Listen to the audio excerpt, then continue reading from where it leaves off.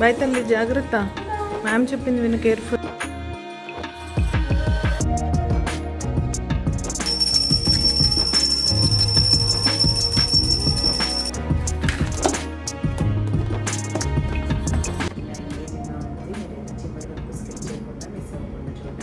Different ages నుంచి evolve అవుతూ ఉన్నారు. 2 ఫ్లోర్స్ ఉన్నాయి. హలో అండి, నేను మీ Jyothi. Welcome back to my channel Rithkruthi sweet home. అందరూ బాగున్నారని, బాగుండాలని కోరుకుంటూ ఈరోజు వీడియో స్టార్ట్ చేసేద్దాం. ఇంకా బ్లాగ్ విషయానికి వస్తే, నా Thursday morning to afternoon routine blog మీతో షేర్ చేసుకుంటాను. మీ అందరికీ తెలిసిందే నాకు థర్స్డే అంటే ఎంత ఇష్టమో. సో మార్నింగే 5 o'clockకే డే స్టార్ట్ అయింది. ఇంకా క్లీనింగ్ అవన్నీ నేనేం రికార్డ్ చేయలేదు. ఇల్లంతా క్లీన్ చేసేసుకొని మంచిగా మాప్ పెట్టేసుకొని ఫ్రెష్ అయిపోయి వచ్చాను.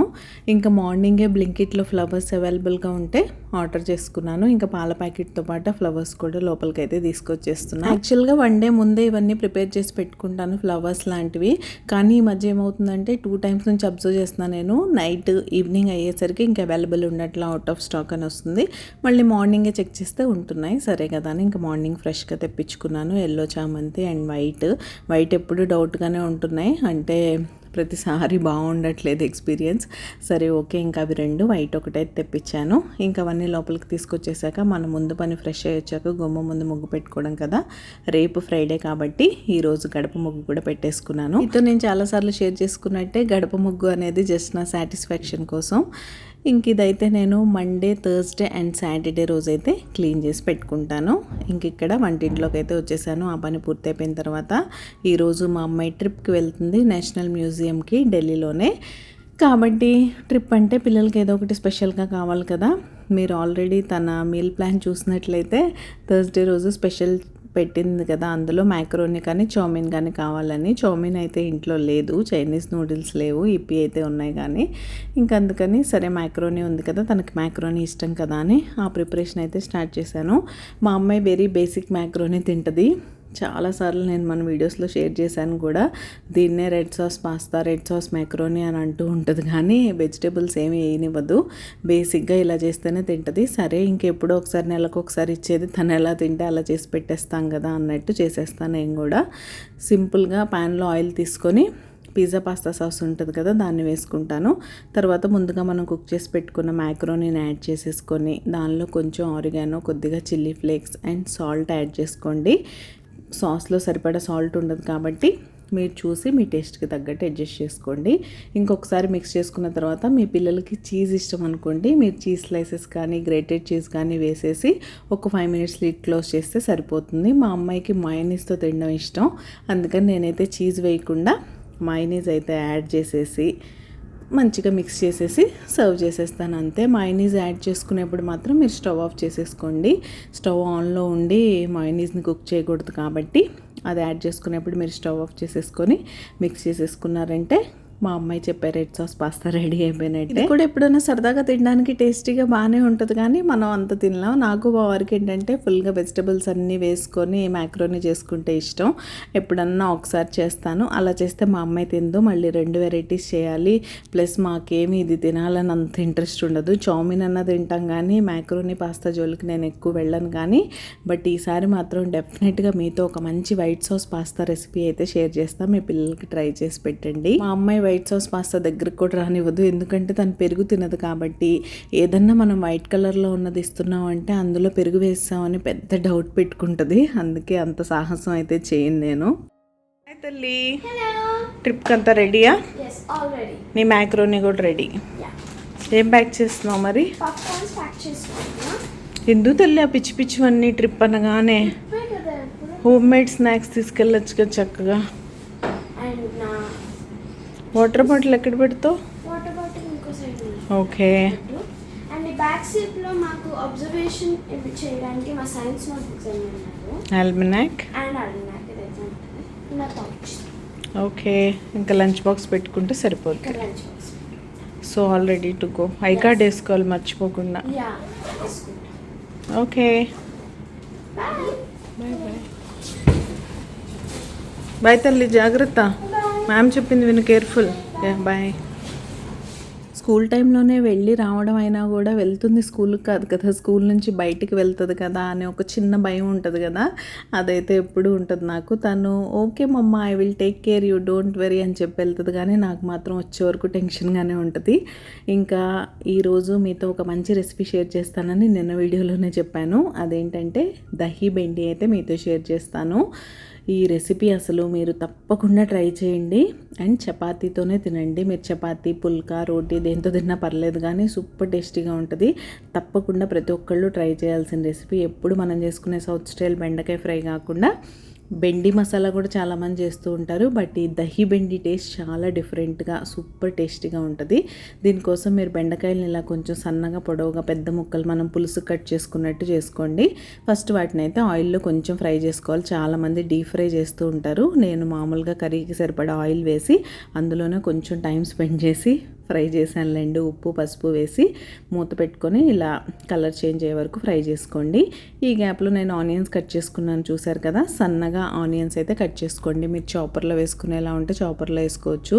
నాకు చాపర్లో కట్ చేయడం అంత హడావుడిలా అనిపిస్తుంది. అది తీయాలి, అందులో వేయాలి, చాప్ చేయాలి, మళ్ళీ కడగాలి, ఇదంతా ఎందుకు వచ్చిందిలే అని నేనే సన్నగా చాప్ చేసేసుకున్నాను.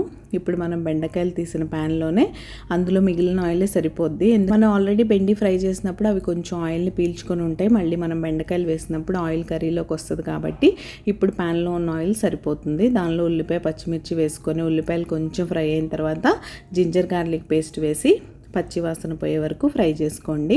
ఇంక ఇప్పుడు లిడ్ క్లోజ్ చేసి ఆనియన్స్ని కొంచెం మగ్గనివ్వాలి. మగ్గేలోపు మనం దహీ మిక్స్ అయితే రెడీ చేసుకుందాం. దీనిలోకి ఇలా మీరు కొంచెం గడ్డగా ఉన్న పెరుగు అయితే తీసుకోండి, బాగుంటుంది. పెరుగు పల్చగా ఉంటే కర్రీ అంత టేస్టీగా ఉండదు.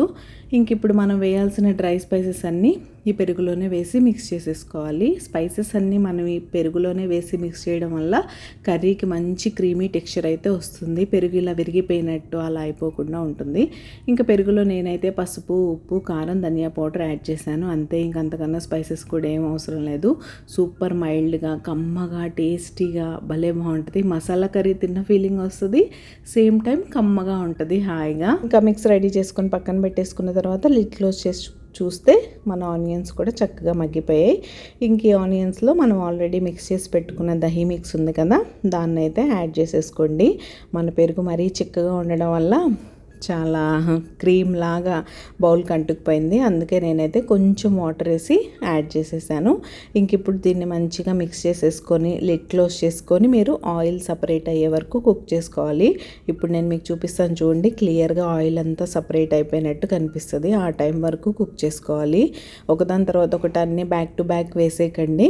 అంటే మార్నింగ్ రష్లో చేయగలిగిన రెసిపీయే, కాకపోతే కొంచెం మిగతా కర్రీస్ కన్నా కొంచెం ఓపిక్గా చేస్తే బాగుంటుంది. ఇదిగోండి ఇప్పుడు చూస్తున్నారు కదా, ఇలా ఆయిల్ సపరేట్ అయిపోయిన తర్వాత అందులో మనం ముందుగా ఫ్రై చేసి పెట్టుకున్న బెండకాయలను యాడ్ చేసి మంచిగా మిక్స్ చేసి ఒక్క నిమిషం లిడ్ క్లోజ్ చేసి కుక్ చేసుకోండి. అప్పుడు ఈ స్పైసెస్ అన్నీ బెండకాయకి బాగా పడతాయి. ఆ తర్వాత లైట్గా వాటర్ యాడ్ చేసుకుంటే సరిపోతుంది, ఎక్కువ అవసరం లేదు. ఎందుకంటే ఆల్రెడీ బెండకాయలు ఫ్రై అయిపోయినప్పుడు హాఫ్ కుక్ అయిపోయినాయి, అండ్ మన గ్రేవీ కూడా ఆయిల్ సపరేట్ అయ్యేంత కుక్ చేసుకున్నాం కాబట్టి ఇంకా పచ్చిగా ఉండే ఛాన్స్ ఉండదు. కాబట్టి ఇలా లైట్గా వాటర్ యాడ్ చేసుకొని మిక్స్ చేసుకొని మూత పెట్టుకొని ఇంకొక 5 minutes కర్రీ అంతా దగ్గరకు అయిపోయి మళ్ళీ ఆయిల్ సపరేట్ అయ్యే వరకు కుక్ చేసుకోండి.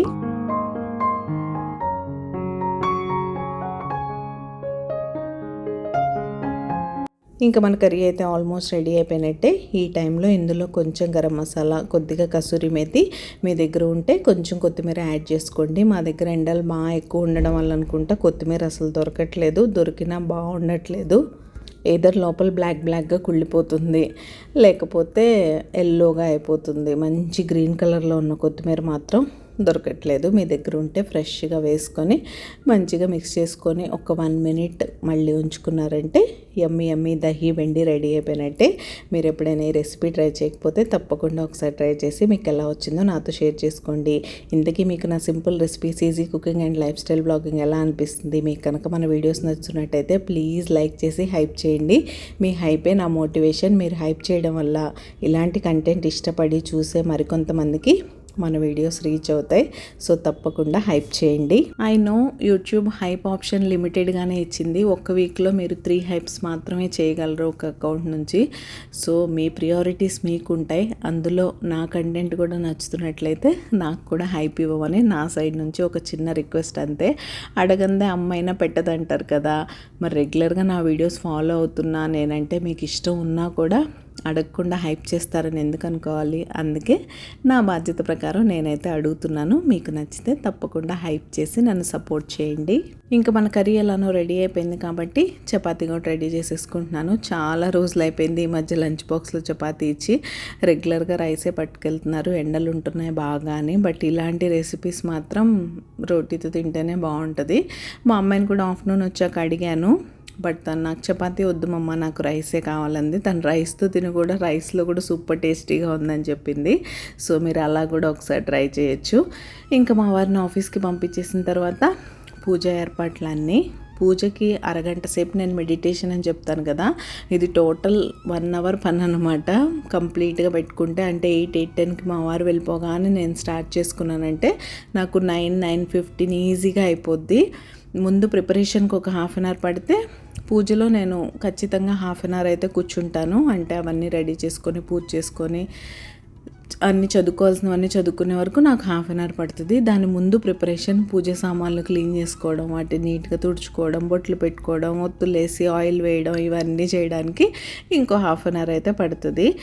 ముందు రోజే క్లీన్ చేసి పెట్టుకోవచ్చు. డబుల్ సెట్, ట్రిపుల్ సెట్ కూడా ఉంటాయి నా దగ్గర. కాకపోతే చెప్తున్నాను కదా, ఇక్కడ వాటర్ వల్ల మా దగ్గర ఎయిర్ కూడా సరిగ్గా ఉండదు కాబట్టి మనం ఎంత నీట్గా క్లీన్ చేసి నేను ఎయిర్ టైట్ బాక్స్లో పెట్టుకున్నా సరే అవి నెక్స్ట్ డే మార్నింగ్కి నల్లగా అయిపోతున్నాయి. అలా ఉంటే అస్సలు పూజ చేసుకున్న సాటిస్ఫాక్షనే ఉండదు. అందుకే నేను అప్పటికప్పుడు క్లీన్ చేసుకొని యూస్ చేసుకుంటాను.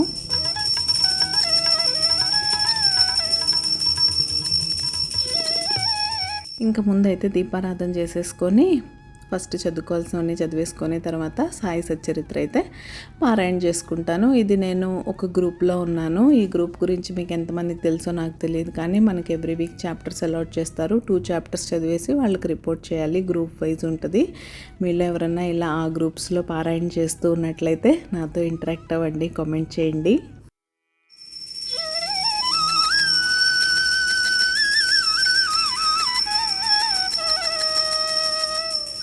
ఫైనల్గా పూజ పూర్తయింది. మీరు కూడా దర్శనం చేసుకొని నమస్కారం చేసేసుకోండి. ఆ బాబా ఆశీస్సులు మీ అందరికీ ఉండాలని మనస్ఫూర్తిగా కోరుకుంటున్నాను.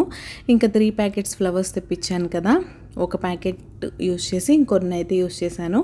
ఇంకా మిగతావన్నీ బాక్స్లో జాగ్రత్త చేయలేదనుకోండి, అసలే అవి అంతంత మాత్రంగా వచ్చాయి. ఈరోజు ఎందుకో నాకు బాగా అనిపించలేదు. లాస్ట్ వీక్లో తెప్పించిన ఫ్లవర్స్ అన్నీ బాగా వచ్చాయి, కానీ ఈ వీక్ ఏంటో వైట్వి అంత ఇదిగా అనిపించలేదు.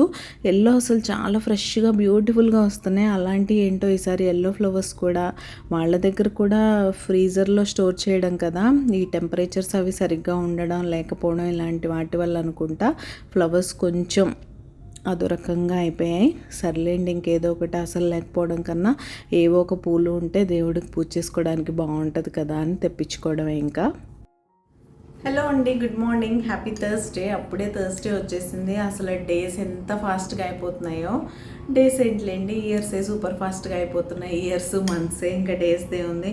అప్పుడే థర్స్డే వచ్చేసిందా అనిపిస్తుంది. ఈ వీక్ ఏంటో మొన్నే సండే ఆ ప్రిపరేషన్స్ అన్నీ చేసుకున్నట్టుంది. మండే హెక్టిక్ మండే స్టార్ట్ అయింది. ఏంటో అప్పుడే థర్స్డే వచ్చేసింది. మళ్ళీ రేపు వీకెండ్, ఫ్రైడే, రేపు ఆఫ్టర్నూన్ నుంచి వీకెండ్ మోడ్ ఆన్ అయిపోద్ది. సో ఏంటో అసలు ఇంత ఫాస్ట్గా అయిపోతున్నాయి డేస్ అయితే. ఎనీవేస్, మన రెగ్యులర్ పనులు ఏవి ఆగవు కాబట్టి అవన్నీ అయిపోయాయి. మా వాళ్ళ స్కూల్కి, ఆఫీస్కి వెళ్ళిపోయారు, చూశారు. ఇవాళ బాబా పూజ చేసేసుకున్నాను, బుక్ చదివేసుకున్నాను. ఇంక ఇప్పుడైతే బ్రేక్ఫాస్ట్ టైం. ఈరోజు ఓవర్ నైట్ సోప్ ఓట్స్ అయితే పెట్టుకున్నాం. మ్యాంగో ఉంది, అయినా సరే ఇంకా స్లోగా సీజన్ అయిపోతుంది కదా, అలవాటు తప్పించుకొని బనానా అలవాటు చేసుకోవాలని ఈరోజు మా వారికి బనానాతోనే ఇచ్చాను. నేను కూడా బనానాతోనే తింటున్నాను. ఈవెన్ బనానాస్ కూడా చాలా స్వీట్గా వస్తున్నాయి, బాగుంటాయి బనానాస్ కూడా. బట్ ఏం లేదు, మ్యాంగో అంటే ఒక ఎఫెక్షన్ కదా, దానివల్ల మ్యాంగో అనిపిస్తుంది. కానీ అదర్వైజ్ మీరు బనానా తిన్నా కూడా స్వీట్గా ఉంటుంది. ఇందులో ఒకటి ఏంటంటే కొంచెం స్వీట్గా ఉండే ఫ్రూట్స్ వేసుకొని తిన్నారంటే మంచి డెజర్ట్ ఫీలింగ్ వస్తుంది. ఎందుకంటే ఇందులో చియా సీడ్స్, మిల్క్ అన్నీ ఉంటాయి కాబట్టి పొద్దున ఒక మంచి డెజర్ట్ తింటున్న ఫీలింగ్ అయితే వస్తుంది. ఇంతకీ మీరు బ్రేక్ఫాస్ట్ చేశారా? పనులు అయిపోయినాయా? కబుర్లు ఏంటి? వీడియోస్ ఎలా అనిపిస్తున్నాయి? ఇవన్నీ తప్పకుండా నాతో షేర్ చేసుకోండి. నేనైతే ఫాస్ట్గా బ్రేక్ఫాస్ట్ చేసేసి మిగతా పనులు చేసుకుంటా. కిచెన్ క్లీనింగ్ అవన్నీ అయిపోయాయి ఆల్రెడీ. ఇంకా బట్టల పని అలాంటివి ఉంటాయి కదా, అవైతే చూసుకోవాలి. బ్లాగ్ కంటిన్యూ అవుతుంది, మీరైతే చివరి వరకు చూడండి.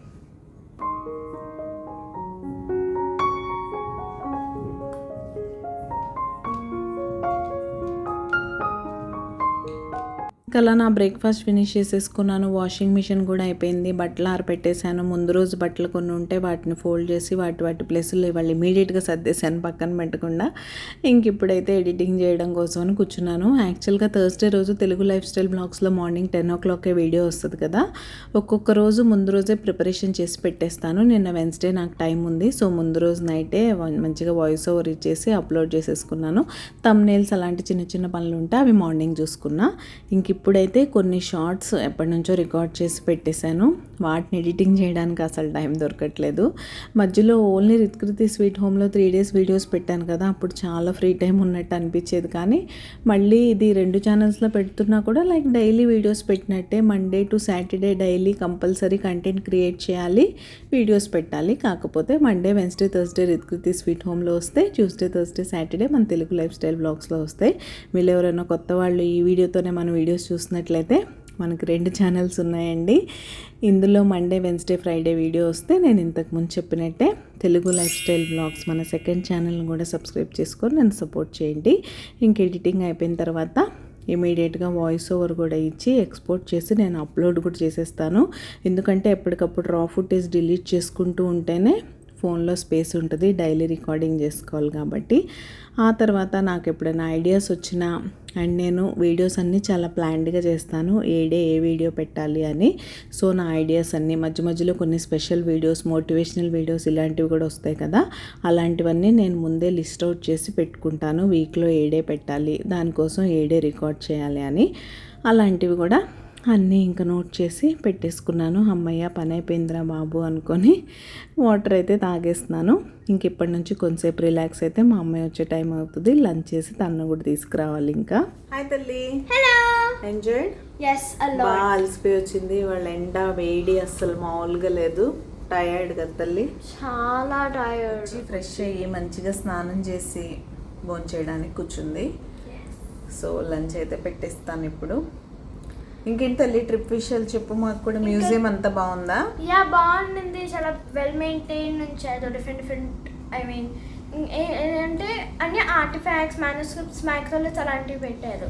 క్యాల్కోలిథిక్ ఏజ్ నుంచి, ఐరన్ ఏజ్ నుంచి, మెజోలిథిక్ ఏజ్, అలా డిఫరెంట్ ఏజెస్ నుంచి ఎవాల్వ్ అవుతూ ఉన్నారు. 2 floors ఉన్నాయి national. 3 ground floor, first floor, second ఫ్లోర్లో అంత క్యాల్కులేటిక్, ఇంకా న్యూ స్టోనేజ్ ఉండేది పైన అంతా.